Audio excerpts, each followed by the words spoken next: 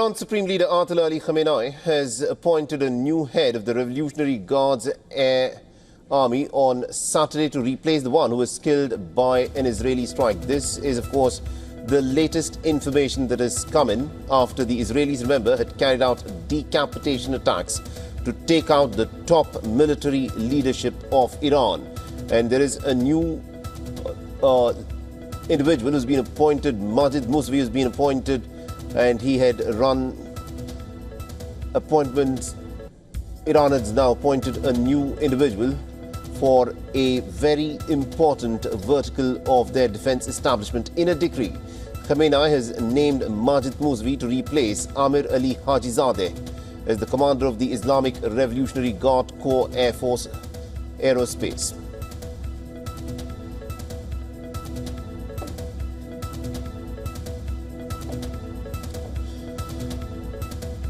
All right, now joining us on the broadcast, we've got Mr. Chris Doyle. He's in fact the director of CABU, which is the Council for Arab-British Understanding, and also the current lead spokesperson for CABU. Mr. Doyle, thank you very much indeed for joining us here on WION.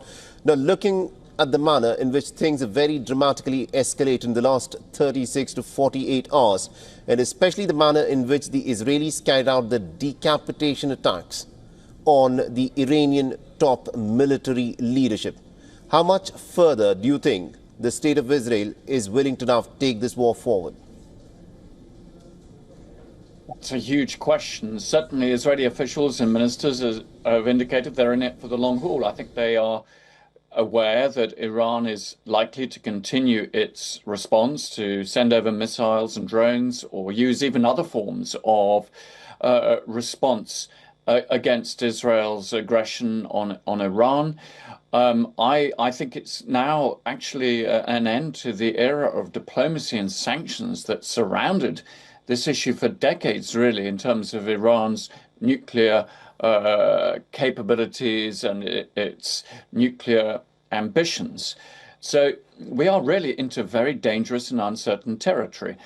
I think the really big risk is that it will suck in other powers. Certainly, if the United States or any of its allies somehow gets involved, were Iran, for example, to strike an American target within the region on the presumption that the US was actively involved. So we cannot really tell where this is going. Certainly operationally, what we've seen from the Israeli attacks is a degree of very impressive sophistication, for sure. But that has been often the case with Israel. Very brilliant operations, and we saw that against Hezbollah, an ability to target its leadership, to decapitate. But strategically, in the long run, in terms of the vision, one has to be rather more cautious, because here, I think the record is not so good. After all, Israel's been fighting Hezbollah for decades and Hamas, and it's been in this very dangerous situation with Iran for ages. And one has to question, where is the exit ramp here? How do we get away from this? Will it be the United States managing somehow to convince a very untrusting Iran to go back to the negotiations table to diffuse it? And if there are those negotiations and there is some sort of deal between the US and Iran, I mean, will Israel accept? Will that be enough for the Israelis to say, okay, we will stop our attacks? I think it's become far more dangerous, far more complex, and we're in extremely uncertain times. We are in very uncertain times, but one of the key roles that we played is that of the United States of America, which is the key backer of the state of Israel. In your assessment, what set off this round of escalation is Operation Rising Lion that was started by the Netanyahu-led Israel. In your assessment, do you think the United States has no part to play, or was the United States complicit in aiding the Israelis? We cannot be sure. Now, what we have been told, and this is dealing with a Trump administration not known for transparency and being very clear. The president claims that he was aware of the Israeli plans. We certainly know that the US several days ago was withdrawing non-essential forces, so it's clear that they did have prior knowledge.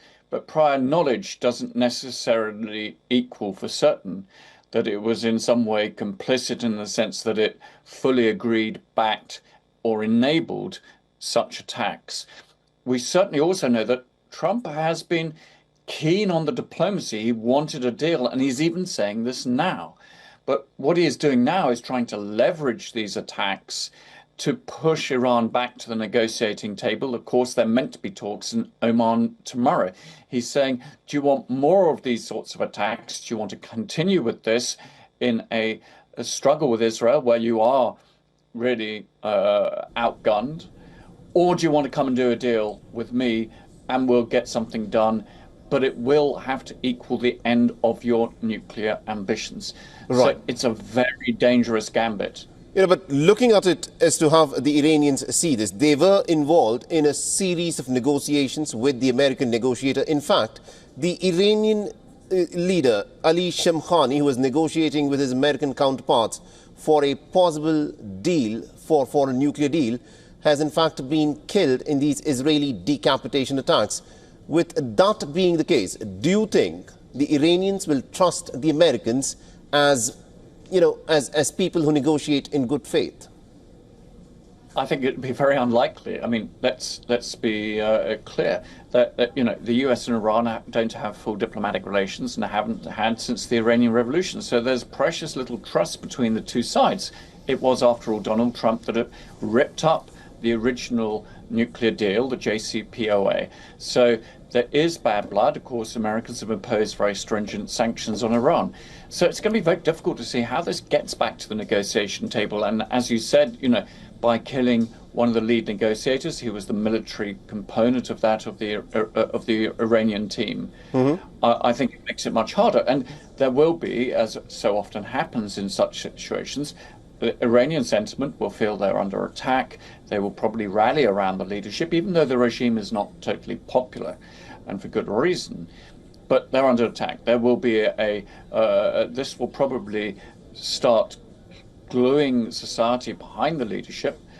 And actually, it could drive Iran in the other direction that Israel purportedly wants to see, that it actually could make the Iranian leadership even more determined to get a nuclear bomb, because they will look at, say, North Korea and say that North Korea's nuclear arsenal has meant that it is completely invulnerable to these sorts of attacks, even though Western powers, have huge disagreements with North Korea. So this is why it's such a gamble and it's so uncertain. And that by making this move, with or without the American consent, this has put the whole future of the region in serious jeopardy. I think that's a very important point that you raised there, the North Korean example, because the Iranians will be looking at it very, very closely, because North Korea is not under attack precisely because they have a nuclear weapon. Now, Donald Trump, all through his campaigning days, he had said that he wanted to take America out of these forever wars. He wanted to put America first, and he wanted to pursue a foreign policy that would be dictated by American interests. But considering what has unfolded in West Asia in just the last 36 to 48 hours, is there a very real risk that Donald Trump and the United States of America, led by Donald Trump, could get sucked into a war initiated by the Israelis, which may perhaps not be in American interest? I think there's a huge risk, but I do think actually on this, Trump is genuine. I don't think he will want to get sucked into this. And, Iran also won't really want to see that happening, because if they have to go up against both Israel and the United States, they really don't. They're not going to come out of that well. That's not a matchup that has any winning scenario for you. It's going to be a degree of loss.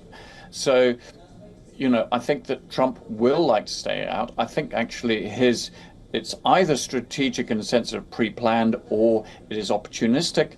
He will attempt to get the Iranians back into some form of talks.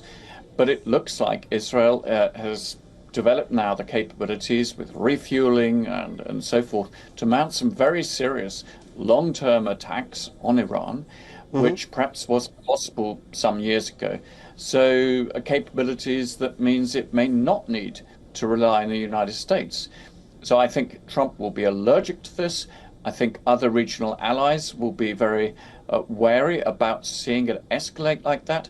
And I think the international pressure will grow to try to de-escalate, to say to the Israelis, look, you've done some damage, you've decapitated some of their, nuclear scientists and the military leaders, you've bombed Natanz. It's now time to let us get some diplomacy to sort this out. But that is probably the best case scenario that we're in. There are far more worst case scenarios, I'm afraid, going forward. Interesting. Thank you very much, Mr. Chris Doyle, for joining us and getting us that perspective there, because it is really impossible to predict as to which way things could in fact turn, because as things stand, it's essentially the entire region is on a razor's edge, and one needs to wait and watch as to what the two nations, Israel and Iran, now decide to do as a part of their next step. Thank you very much indeed for joining us on this broadcast. Thank you.